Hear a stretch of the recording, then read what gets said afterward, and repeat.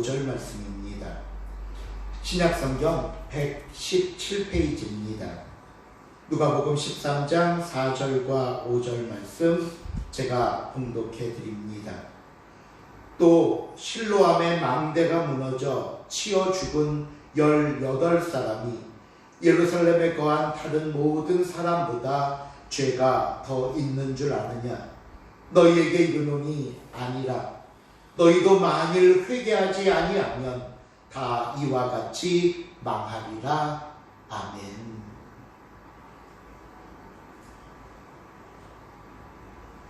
온라인 라이브 예배로 드리는 두 번째 주일입니다.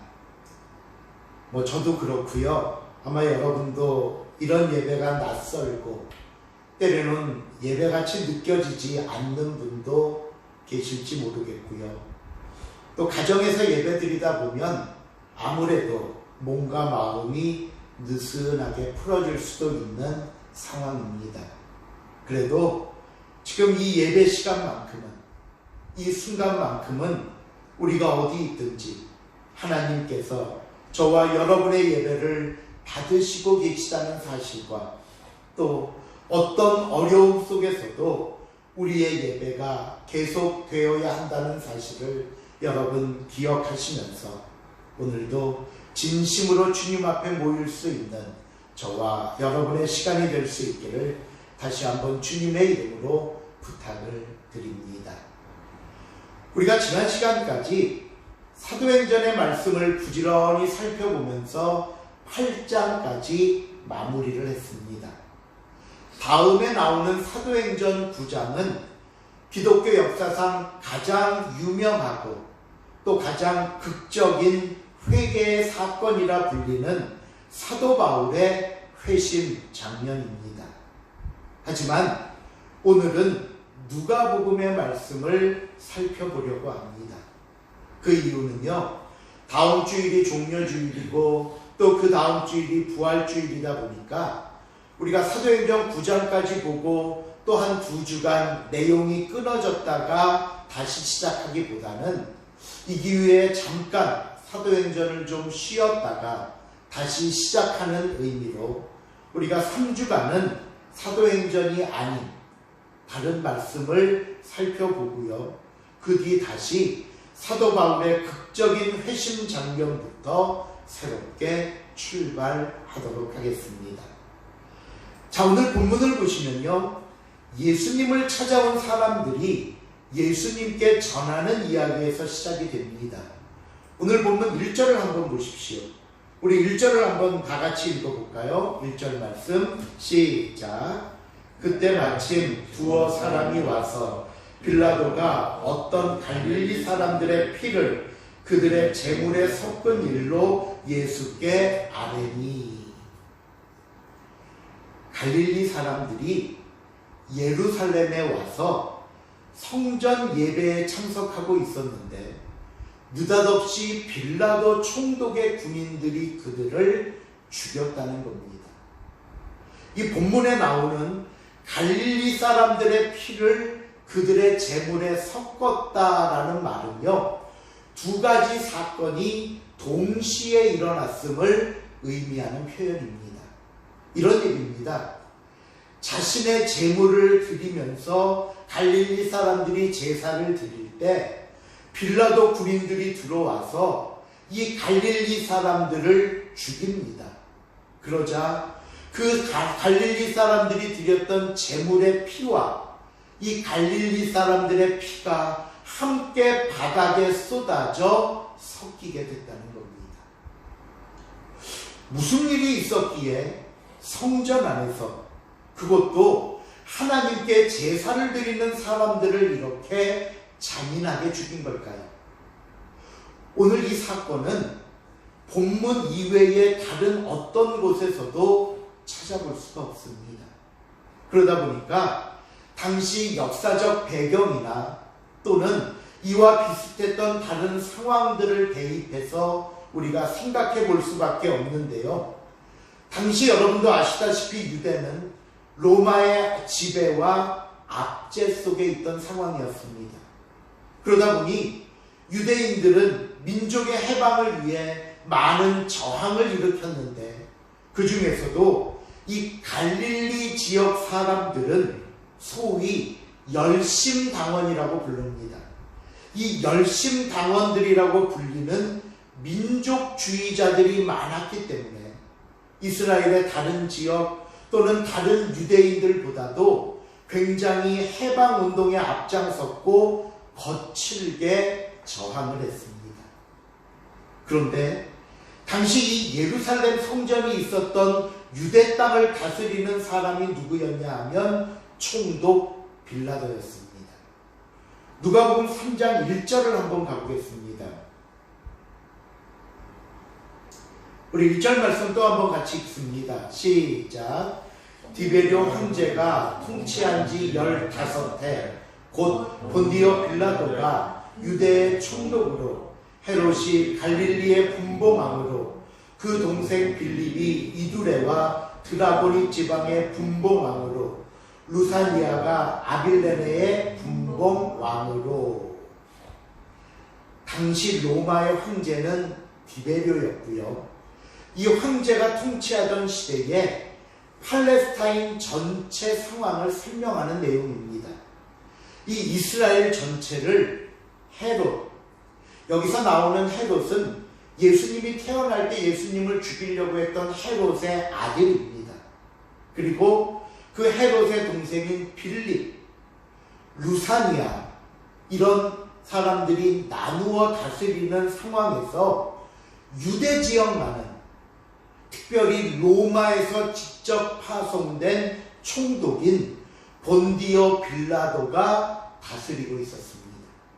그러니 같은 유대인들인 헤롯 또는 그의 동생 빌립들과는 다르게 이 빌라도는 로마 사람이다 보니까 전적으로 로마의 명령을 따르는 것을 우선시했습니다.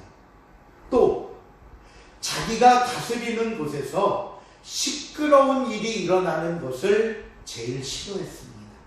그런데 이 갈릴리 사람들이 유독 거칠고 또 특별히 말을 안 듣는지라 빌라도는 이 갈릴리 사람들을 그냥 두고 볼 수는 없었던 겁니다. 여기서 우리가 눈여겨보아야 할 것이 있습니다. 그것은요, 왜 그럼 이 사람들이 예수님께 와서 이 갈릴리 사람들의 이야기를 전하는가 하는 겁니다. 우리 민족이 이렇게 어처구니 없는 일을 당했으니 예수님께서 빌라도를 혼내달라는 의미일까요? 아닙니다. 이들은 성전에서 죽은 갈릴리 사람들이 하나님의 진노로 죽였다고 여겼습니다. 다른 말로 하면 이들이 엄청나게 많은 죄를 지었기 때문에 하나님께서 죽게 하셨다고 생각을 한 겁니다. 그래서 예수님께 찾아와 이야기하는 이유는 이겁니다. 예수님, 과연 이들이 무슨 죄가 있었기에 이렇게 죽은 것일까요? 그들의 죄가 궁금했던 겁니다. 아니, 왜 이런 끔찍한 일을 보면서 가장 먼저 드는 생각이 죄가 무엇일까? 왜 이런 궁금증을 갖게 됐을까요? 그것은요, 오래전부터 유대인들은 어떤 사고, 고난, 어려움 등을 당하는 모든 이유를 죄 때문이라고 가르쳤기 때문입니다. 여러분, 우리가 예전에 봤던 욥기를 한번 생각해 보십시오. 욥이 고난을 당합니다. 자녀들을 잃고 재산을 잃는 것도 모자라 몸에 병이 생겨 처참한 상태가 됩니다. 이때 욥을 찾아온 3명의 친구들이 한결같이 욥에게 이야기하는 것이 있습니다. 지금 너의 고난은 네가 지은 죄 때문이니 하루라도 속히 죄를 회개하고 나음을 받으라는 겁니다.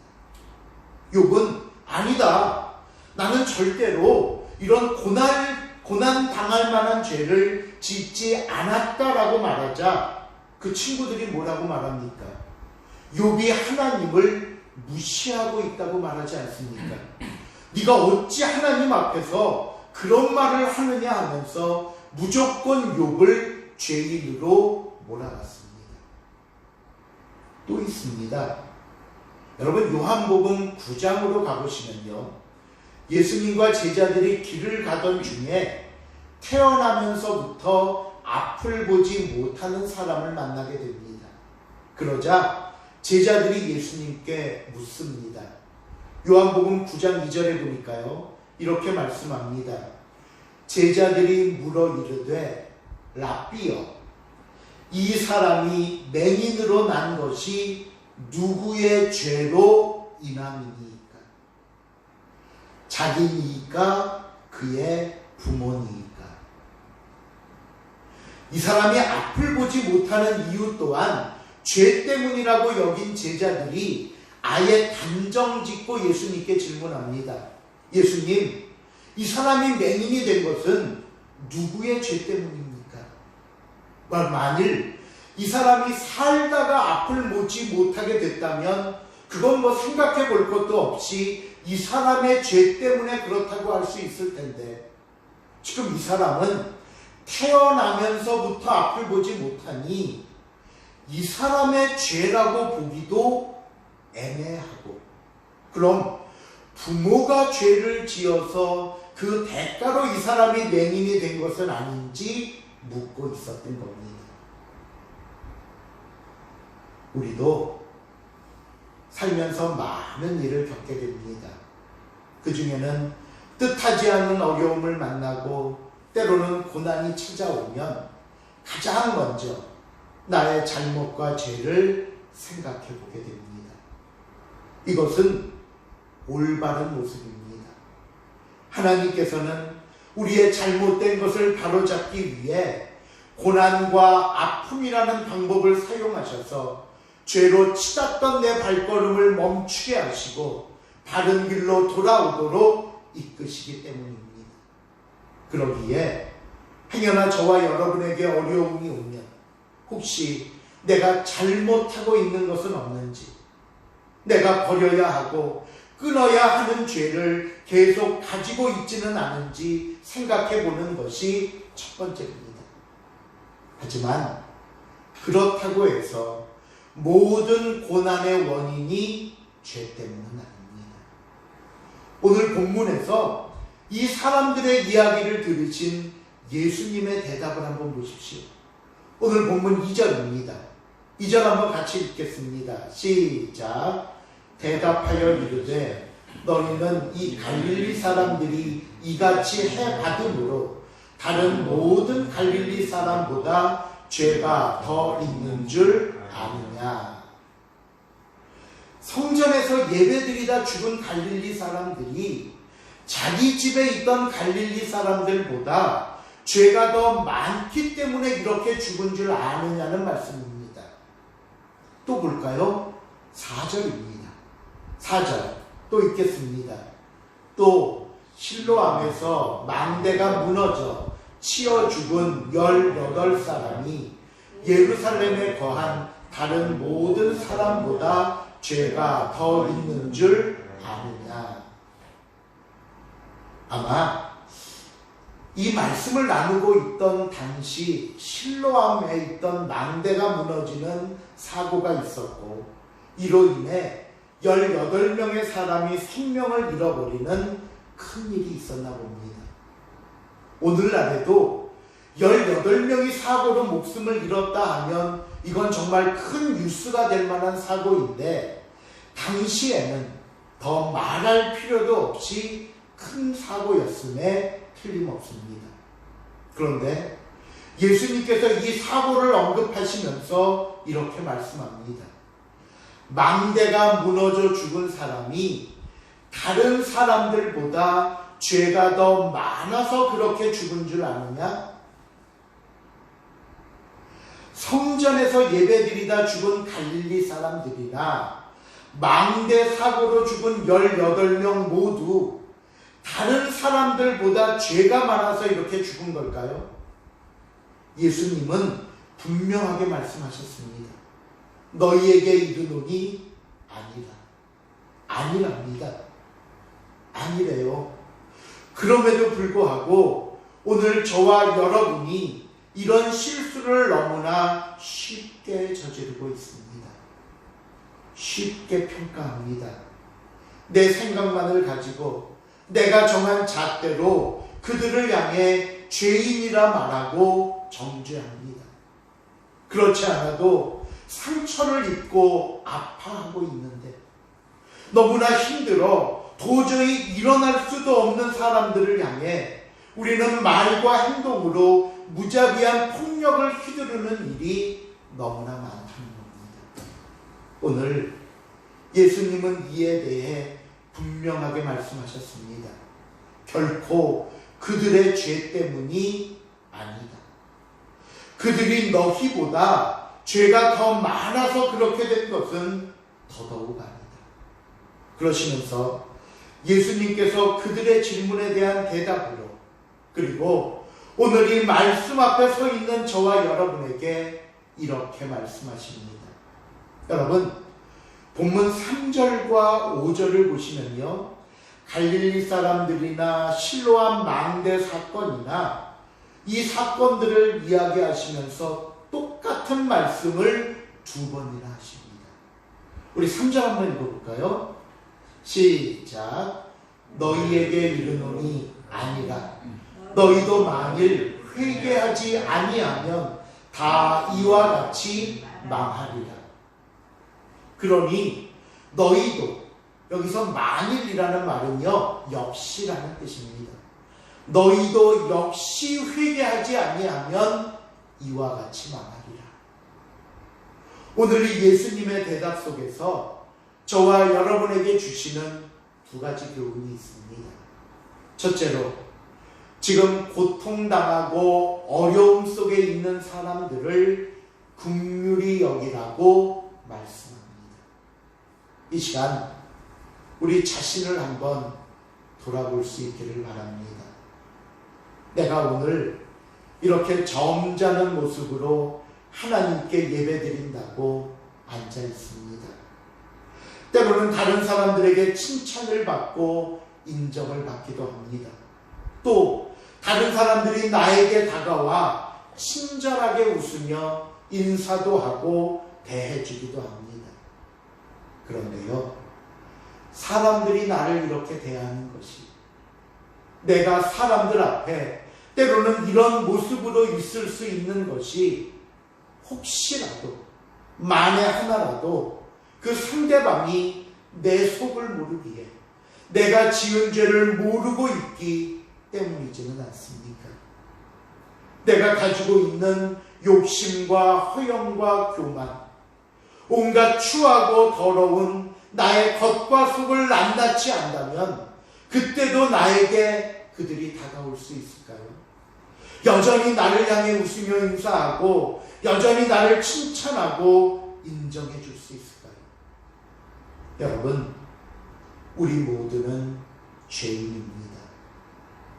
지금 세상에서 손가락질 받는 범법자들, 죄인들은요, 그 죄가 드러난 죄인들이고요, 저와 여러분은 아직 세상에 죄가 드러나지 않은 죄인들을 부릅니다. 절대로 내가 그들보다 낫지 않고 그들의 죄가 나의 죄보다 더 많거나 악하지 않다는 겁니다. 그들이 나보다 더 죄가 많아서 그렇다는 교만을 버리시기 바랍니다. 행여나 정말 그들의 죄가 더 많은 것이 사실이다 할지라도 그것을 나의 의로움을 증명하는 도구로 사용하지는 마십시오. 무슨 말씀인가 하면요, 우리는 종종 하나님 앞에 이렇게 말합니다.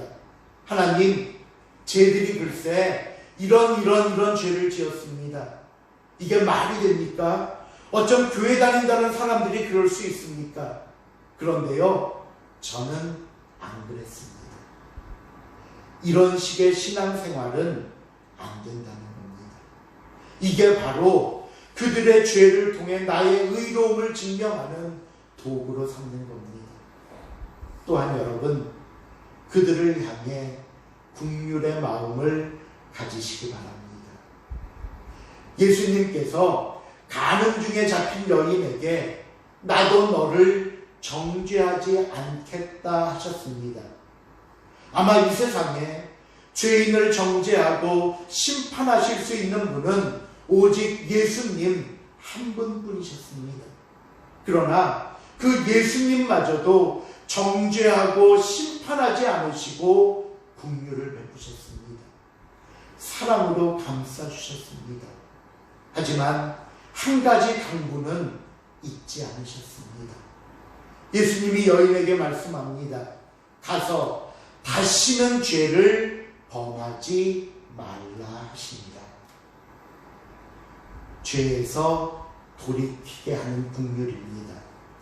죄를 이기는 사랑을 베풀 줄 아는 저와 여러분이 될 수 있기를 바랍니다. 둘째로 우리가 오늘 본문을 통해 깨달아야 할 교훈은요, 예수님의 말씀 속에 있습니다. 너희도 만일 회개하지 아니하면 다 이와 같이 망하리라. 이 말씀은 당연히 자신을 먼저 돌아보고 행여나 내 안에 있는 죄, 내 안에 있는 허물, 이 모든 것들을 하나님 앞에 내어놓아야 할 모든 잘못들이 있다면 회개하라는 말씀입니다. 하지만 이 말씀 속에 담긴 더 깊은 의미가 있습니다. 그것은요, 우리의 시선과 우리의 생각을 항상 내 자신을 향해 놓아야 한다는 말씀입니다. 지금 예수님을 찾아온 사람들의 질문은 이겁니다. 그들이 무슨 죄를 지었길래, 저 갈릴리 사람들이 무슨 죄를 지었길래 이렇게 끔찍하게 죽은 걸까요? 그들의 시선은 그들에게 있었습니다. 또 자신의 죄 때문에 태어나면서부터 소경이 된 겁니까? 아니면 그 부모의 죄 때문에 맹인이 된 것입니까? 우리는 이들처럼 내 앞에 있는 사람들을 보면서, 때로는 내 앞에 일어나는 일들을 보면서 그를 통해 나에게 말씀하시는 하나님의 말씀을 들으려 하지 않습니다.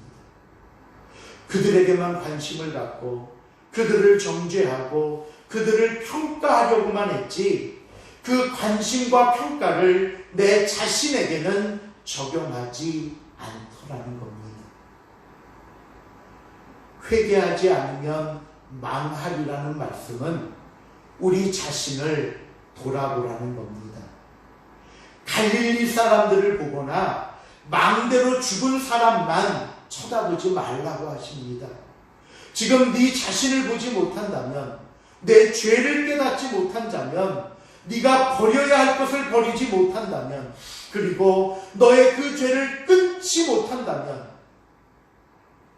저와 여러분이 곧 갈릴리 사람들이 될 것이고 망대로 죽은 사람이 될 수 있다는 말씀을 의미하고 있습니다. 하나님의 말씀은요, 언제나 저와 여러분을 향해 주어집니다. 저와 여러분이 들어야 하기에 주시는 말씀입니다.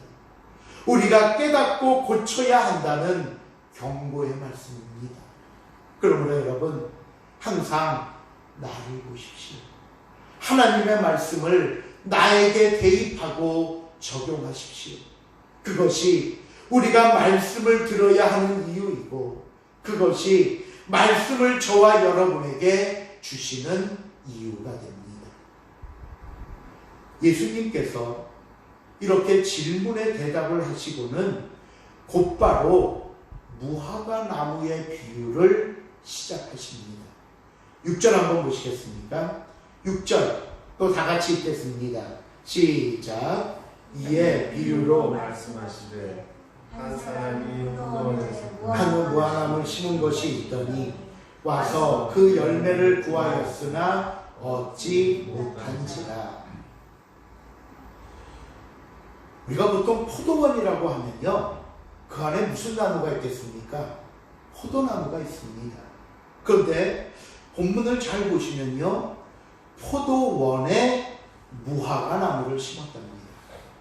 이것은요, 거기 많은 포도나무처럼 상품을 얻기 위해 심은 것이 아니라 아마 주인이 특별한 관심을 갖고 포도원 한쪽에 무화과 나무를 심은 것을 의미하고 있습니다. 그리고는 이 무화과 나무에서 열매를 기다리고 있습니다.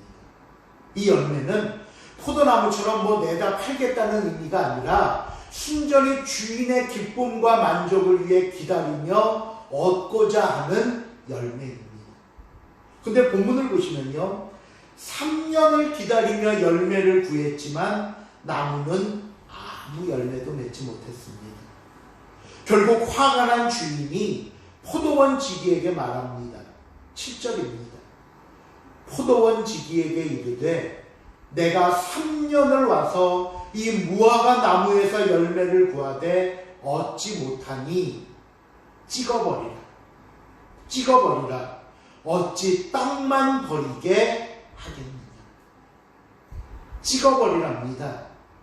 차라리 그 자리에 포도나무를 한 그루라도 더 심었으면 돈이라도 됐을 텐데 자리만 차지하고 아무런 가치도 없으니 더 이상은 그저 두고 볼 수만은 없다는 겁니다. 특별한 마음으로 심은 나무였기에 실망도 컸을 겁니다. 자신의 바람대로 되지 않기에 화가 나는 것이 당연할 겁니다. 그때 포도원 지기가 주인에게 말합니다. 우리 8절 9절 한번 같이 읽어볼까요? 8절 9절 시작. 대답하여 이르되 주인이여 금전에도 그대로 주소서.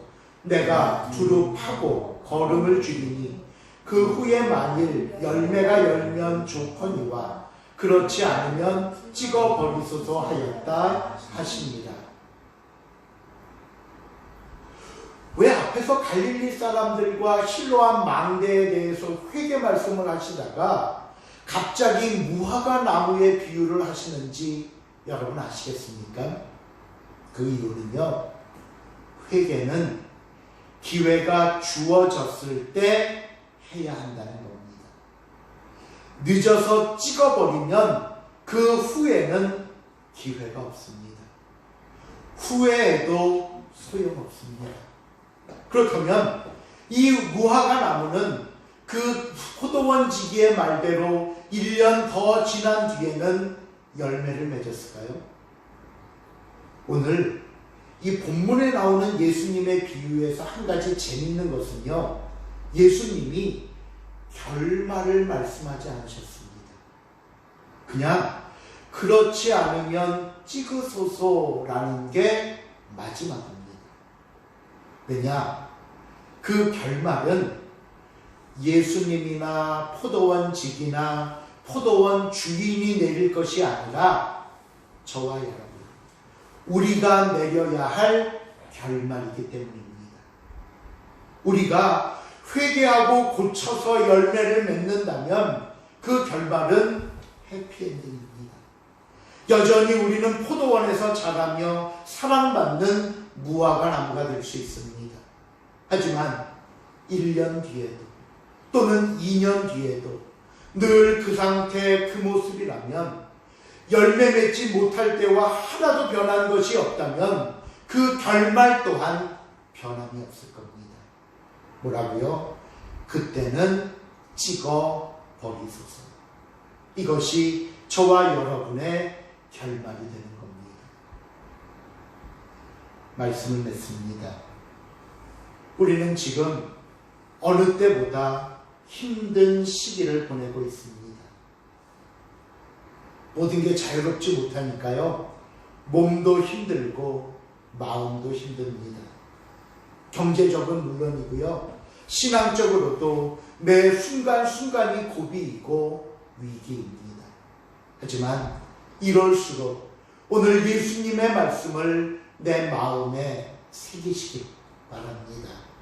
이런 모습들을 바라보면서 이렇다 저렇다 결론을 내리고 평가하기에 앞서 조용히 내 자신을 볼 줄 아는 성도들이 되어야 합니다.